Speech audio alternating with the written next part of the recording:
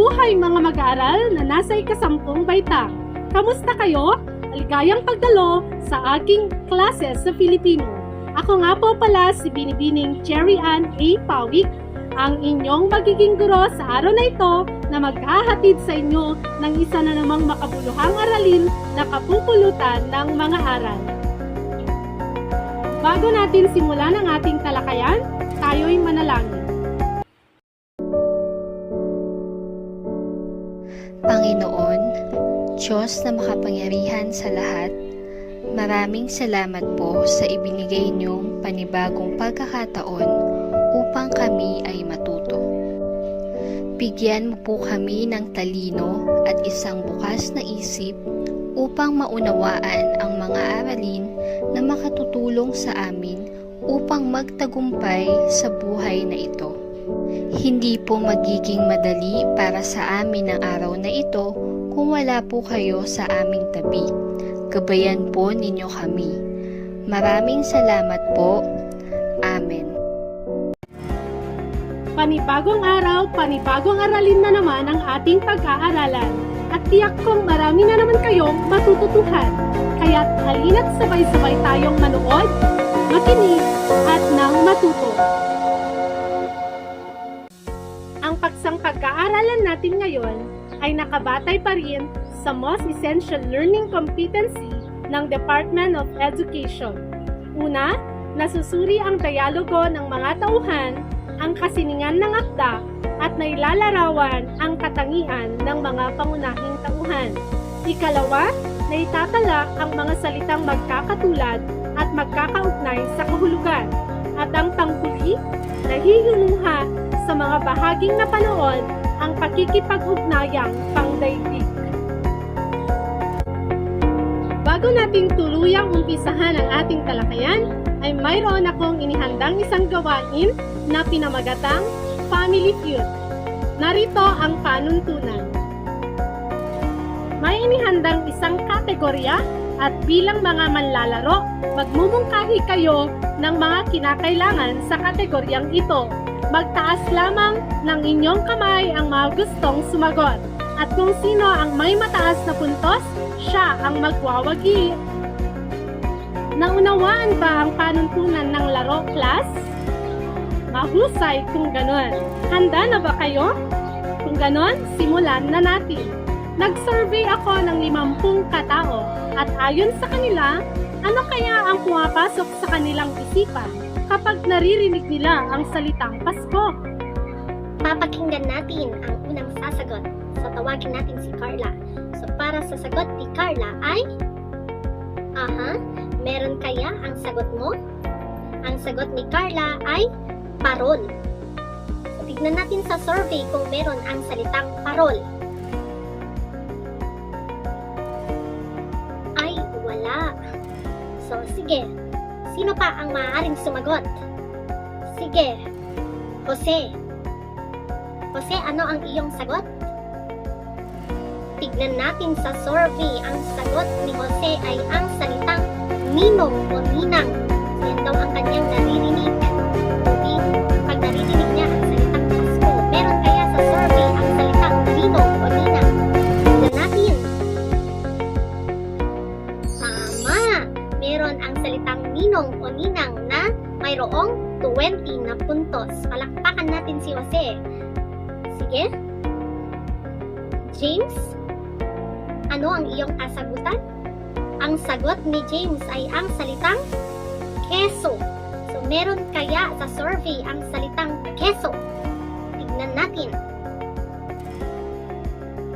Ay, ikinalulungkot ko dahil wala ang salitang keso. Sinong maaaring sumagot? Sige. Chris, ano ang iyong naririnig? Ano ang iyong naiisip kapag naririnig mo ang salitang Pasko, Chris? So, ang sagot ni Chris ay simbang gabi. Meron kaya sa ating survey ang salitang simbang gabi? Tignan natin. Ay, mahusay, Chris. Palakpakan natin si Chris. So, ang simbang gabi ay nasa top 5. So, meron kang 10 puntos, Chris. Sino pang maaaring sumagot? Sige. Julian. So, anong sagot mo, Julian? So, ang sagot ni Julian ay ang salitang Christmas tree. So, tignan natin kung tama ang sagot ni Julian. Meron kaya sa ating top 5 ang salitang Christmas tree? Mahusay! Ito ay may kabuang 40 na puntos. Mahusay, Julian. So, sino pang maaaring sumagot? Sino kaya ang makakakuha ng top 1 sa ating category? Sige. Christian. So, anong sagot mo, Christian? Ang salitang regalo. So, meron kaya sa survey natin ang salitang regalo. Tama kaya si Christian? Tignan natin. Wow! Mahusay! So, meron ang number top 1 sa ating kategory, ang regalo na mayroong 15 na puntos. Ang galing mo naman, Christian. Sino pa? Para sa panghuli. Sige, Bernadette. Anong sagot mo, Bernadette? Ang salitang handaan. So, meron kaya sa ating kategory ang salitang handaan? Tignan natin. Wow! Napakahusay! So, ang handaan ay nasa top 3. So, meron kang 30 na puntos. So, lahat kayo ay mahuhusay at magagaling. Ngunit, bigyan natin ng masigabong palakpakan ang nakakuha ng ating top 1 sa kategory natin. So, ang salitang regalo. So, kapag naririnig natin ang salitang Pasko, ang unang pumapasok sa ating isipan ayon sa survey ay ang salitang regalo. Pagbati sa inyong lahat. Mula sa aktibidad na inyong isinagawa, ano-ano ang mga salitang nakapaloob sa laro? Tama! Regalo, Christmas tree, handaan, ninong o ninang, at ang simbang gabi. Sa iyong palagay, ano ang magiging paksa natin sa araw na ito? Maaari. Tama! Tungkol sa Pasko. Naranasan niyo na bang makatanggap ng regalo sa inyong mga minamahal sa buhay? Ano ang inyong naramdaman nang makatanggap kayo? Wow! Talagang napakasarap nga naman talaga sa pakiramdam kapag tayo'y makakatanggap ng ating regalo na galing sa ating minamahal. Sinasabing ang araw ng Pasko ay ang araw ng pagbibigayan ng mga regalo o aguinaldo. Marami ring handang nakahain dahil sa paniniwala nating mga Kristiyano na ito ang araw ng kapanganakan ng Panginoong Hesus. Ngayon, ang paksang ating tatalakayin ay may kinalaman sa aktibidad na ating isinagawa. Para malaman natin ang ating paksa, pakibasa nga ng sabay-sabay at ng malakas.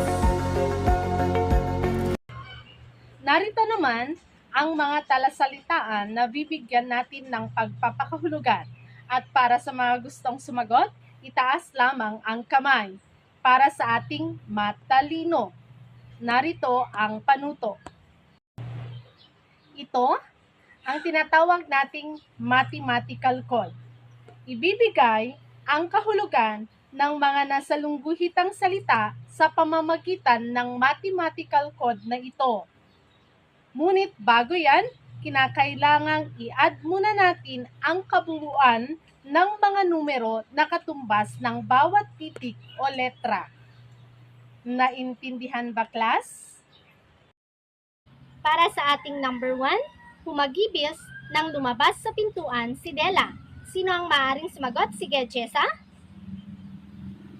Tama!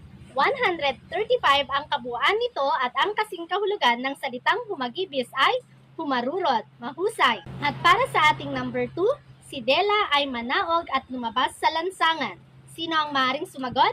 Sige, Julie. Mahusay. 127 at ang kasing kahulugan nito ay tumuloy. At para naman sa ating number 3, nilibot ni Jim ang tindahan para maghanap ng ipangre-regalo kay Della. Sino ang maaaring sumagot? Sige, Christian. Mahusay. 78, inikot. Para naman sa ating number 4, nakatira ang dalawang hangal na bata sa abang tahanan. Sino ang maaaring sumagot? Sige, Princess. Mahusay, 85, walang alam. At para naman sa ating panghuling numero, ang mga mago ang marurunong sa lahat ng dako. Sino ang maaaring sumagot? Sige. Jasper? Mahusay, 59, lugar. At narito ang mga talasalitaan at kasing kahulugan nito. Humagihis, umarurot, manaog, tumuloy, lilipot, ngikot, hangal, walang alam, dako, lugar. Pagbati sa inyong lahat. Ngayon, alam na natin ang kasing kahulugan ng mga salita. Sa pagkakataong ito, dumako na tayo sa ating diskusyon. Makinig, magtala at nang matuto. Narito na ang video ng ating paksa.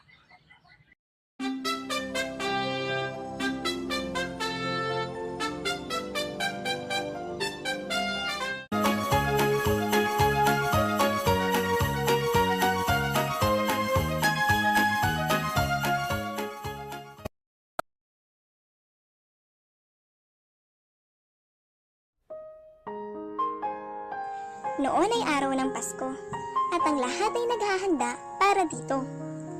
Sa isang maliit na tirahan, may nakatirang mag-asawa. Ito ay sina James at Della Dillingham-Young.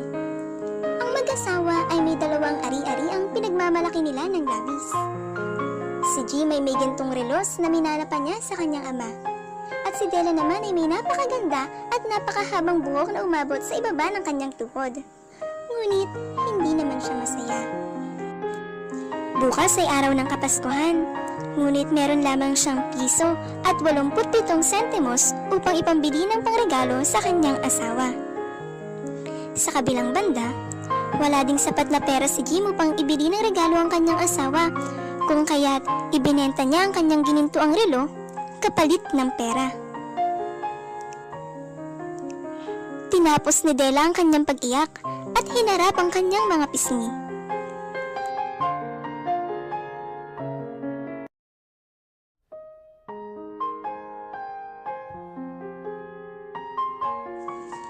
Humagibis na lumabas sa pintuan si Della. Manaog at lumabas sa lansangan. Sa tapat na hinintuan niya ay may karatulang ganito ang mababasa: Madam Soproni, lahat ng uri ng kagamitang yari sa buhok. Ibinenta ni Della ang kanyang buhok sa halagang 20 pesos at agad na umalis upang bumili ng regalo para kay Kim. At natagpuan niya sa isang tindahan ng napakagandang kaden ng platino na bagay naman sa relong ginagamit ng kanyang asawa. Nilibot naman ni Kim ang mga tindahan upang ibili ng regalo si Della at nakita ang napakagandang suklay na nababagay sa kanyang asawa.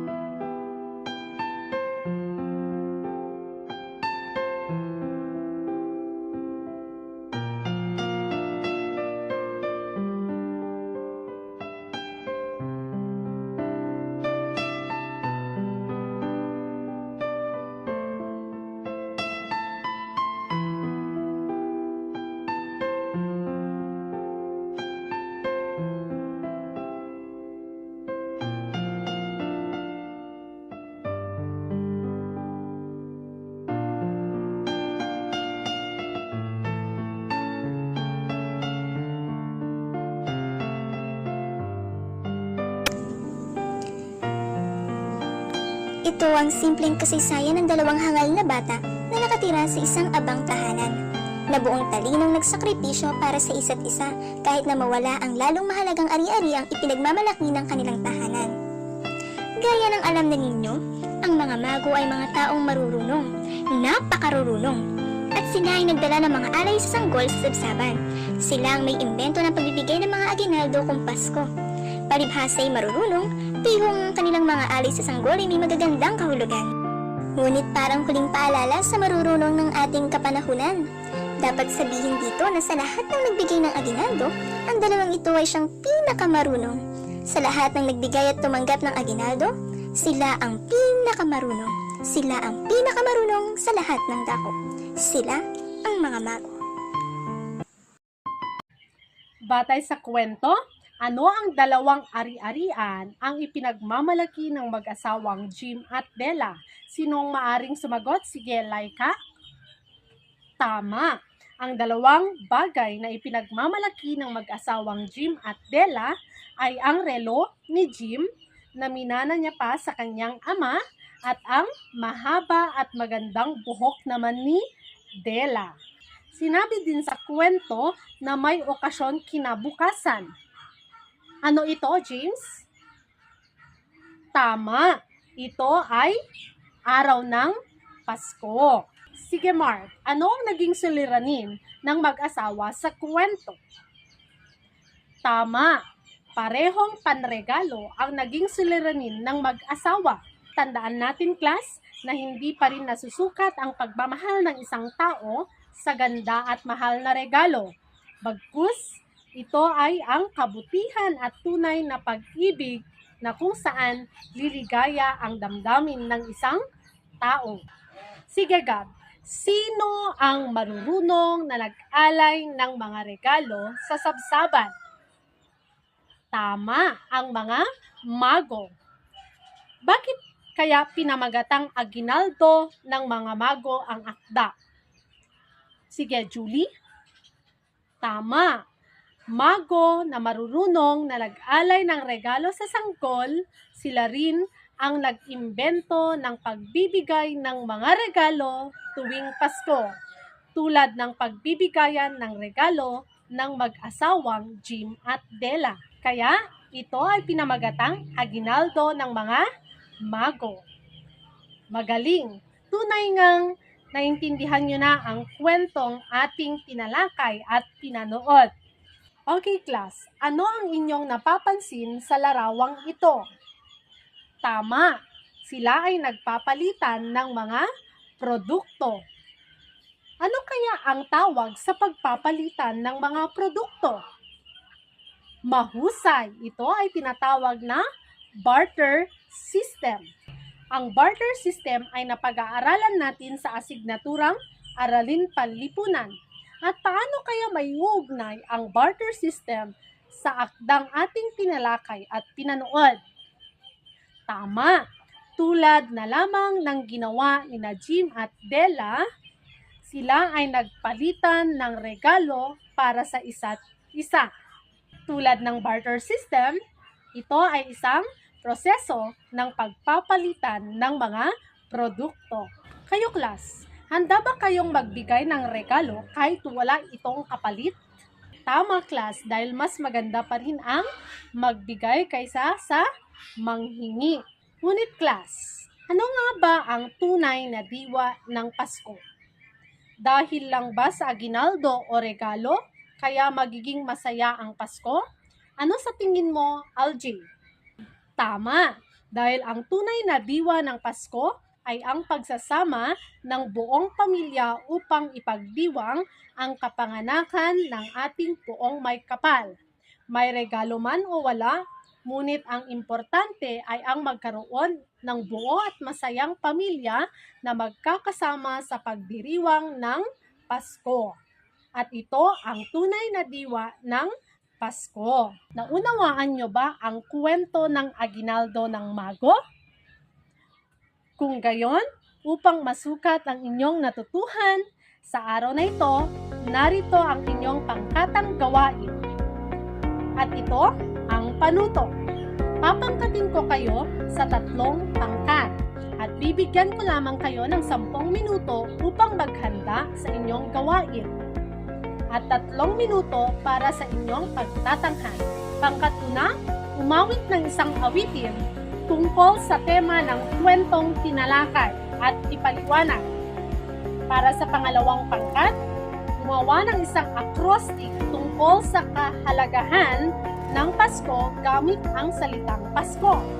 At para sa ikatlo, Gumuhit ng isang bagay na sumisimbolo sa Pasko at ipaliwanag sa harap kung bakit ito ang inyong napili.